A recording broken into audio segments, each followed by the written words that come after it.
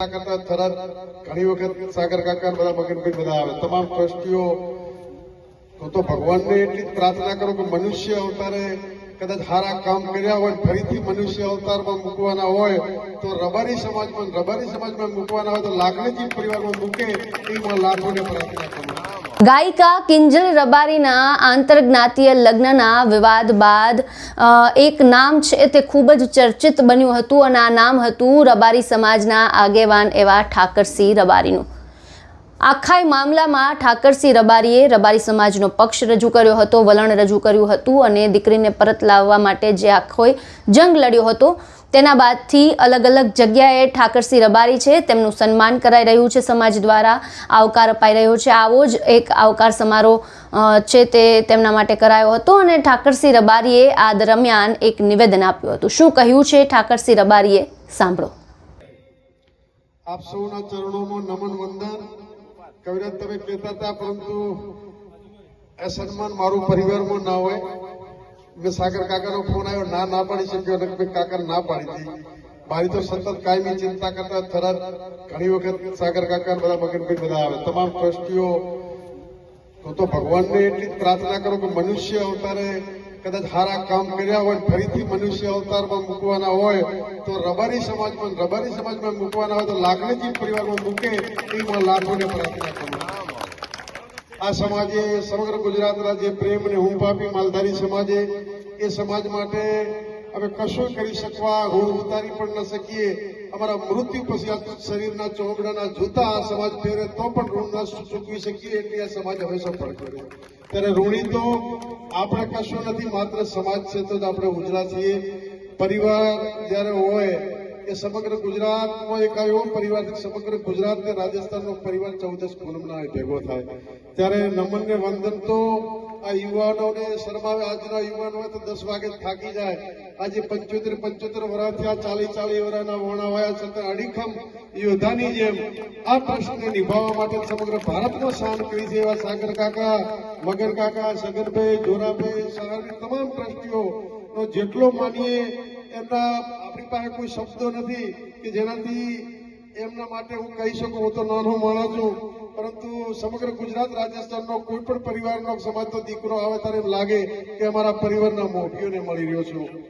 ત્યારે મૂંઝવણ હોય જો મલકની એ કુળદેવીને કહેવાય એવી માતા બેઠી હોય મઢમાં પછી બીજે જઈને બેહાય એવી આમાં લાખણીજી હોય।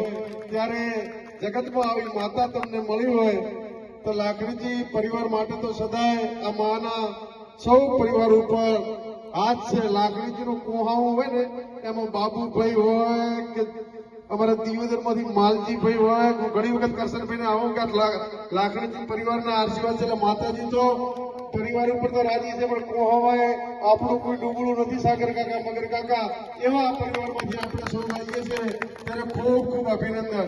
અને સમગ્ર ભારતમાં આજે જયારે આ બધા વિચાર કર્યો અને અભિનંદન તો એ બાબતના આપું કે જનની જણતો કો દાતા કા સુર કા ભગત નહીં તો રેજે વાજણી મત ગુમાવીશ નૂર એવા દાતાઓ આ પરિવારમાં જયારે આપ્યા છે।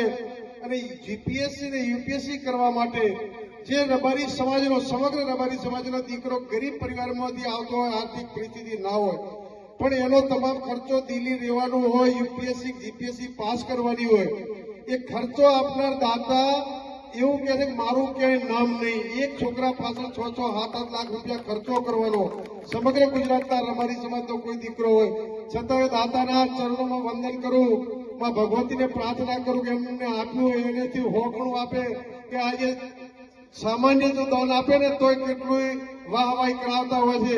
તારા કરોડો રૂપિયા દીકરા દીકરીઓ પાછળ સમગ્ર ગુજરાતમાં ખર્ચવાના હોય અને લાખણીજી માતાના સાનિધ્યમાં જયારે જાહેરાત થતી હોય ટ્રસ્ટના ટ્રસ્ટીઓને લાખોને પ્રાર્થના કરું કે તમે જે આ સમગ્ર બીડું ઝડપ્યું છે જીપીએસસી અને યુપીએસસી કરવા માટે દીકરાઓના ગરીબ પરિવારમાંથી આવતા રબારી સમાજના દીકરાઓને એનો ભણતરનો તમામ ખર્ચ ઉપાડવાનું જે કામ ઝડપ્યું છે લાખણીજી પરિવારને અને દાતાશ્રીઓને ખૂબ ખૂબ અભિનંદન। અને આવનારા ભવિષ્યમાં આ તમે જે પહેલ કરી છે ગુજરાતમાં આજથી સુધી કોઈએ ના કરી વ્યક્તિગત કે મારું નામ નહીં જીપીએસસી યુપીએસસી નો તમામ ખર્ચો ભોગવશે ત્યારે માં લાખોના ધામમાંથી માં લાખોને પ્રાર્થના કરું છું કે આનું એવું પરિણામ માત્ર આશીર્વાદ વહાવજે કે આવતા 5 વર્ષમાં હું આઈપીએસ રબારી સમાજના હોય, હું આઈએસ હોય એવી માં ભગવતીના ચરણોમાં વંદન કરી અને આ પરિવાર ને સમાજની માં કાયમી પ્રગતિ કરાવે એ જ શબ્દો સાથે યુવાનોને હંમેશા શિક્ષણ સિવાય કોઈ રસ્તો નથી. એટલે મહેરબાની કરીને કોઈ બીજી દેખાદેખી એકબીજાથી દૂર રહી માત્ર ને માત્ર શિક્ષણ નોકરી કરો.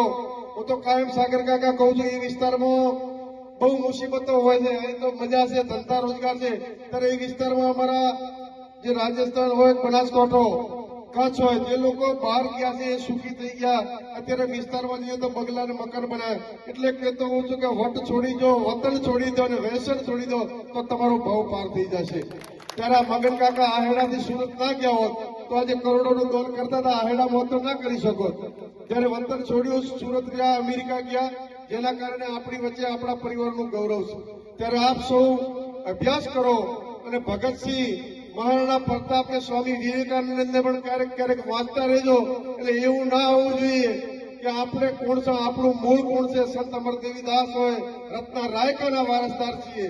આપણે આપણું મૂળ ના ભૂલવું જોઈએ કે આપણે કયા કુળમાંથી આવો છો. એ શબ્દો સાથે આપ સૌનો ભાવ હતો. સાગર કાકા સમગ્ર રાજુભાઈ, બધા કેતનભાઈ, આ બધાના ભાવનું આમંત્રણ આપ્યું. હું તો એક નાનો માણસ છું, ગામડામાંથી આવું છું, છતાં તમારો જે પરિવારે ભાવ પ્રગટ કરી મને બોલાવ્યો, સન્માન કર્યું એ બદલ આપના ચરણોમાં નમન વંદન કરી અને મારું માથું ઝુકાવું છું કે આમાં ભગવતી આ પરિવારને સદાય આશીર્વાદ આપે અને આપ સૌનો કાયમી મારા ઉપર આવો નવો પ્રેમ રહે. અને થરાદ સંકુલમાં સાગર કાકા તો આવેલા છે, વગર કીધા પોતે જ વિચાર કર્યા તમામ ટ્રસ્ટીઓએ. હવે તો આંકડો કેટલા સુધી પહોંચ્યો? 7,25,000 લાખણીજી ટ્રસ્ટના ટ્રસ્ટીઓ પોતાના પૈસા, ટ્રસ્ટના નહીં. આટલું દાન તમે જયારે ભરોસો મૂકીને વિસ્તાર માટે આપ્યું છે, સમગ્ર વાવથરા જિલ્લા રબારી સમાજ સંકુલના ટ્રસ્ટ વતી આપનો ખૂબ ખૂબ હૃદયથી આભાર માનું છું અને આપ સૌના ચરણોમાં નમન વંદન કરી બોલો લાખણીજી માત કી. ઠાકરસિંહ રબારીના આ નિવેદનને લઈને આપના વિચારો અમને કમેન્ટ બોક્સમાં જણાવો અને અમારી ચેનલને લાઇક, શેર અને સબસ્ક્રાઇબ કરવાનું ભૂલશો નહીં. ફરી મળીશું નવા વિડીયો સાથે. મને આપશો રજા. નમસ્કાર.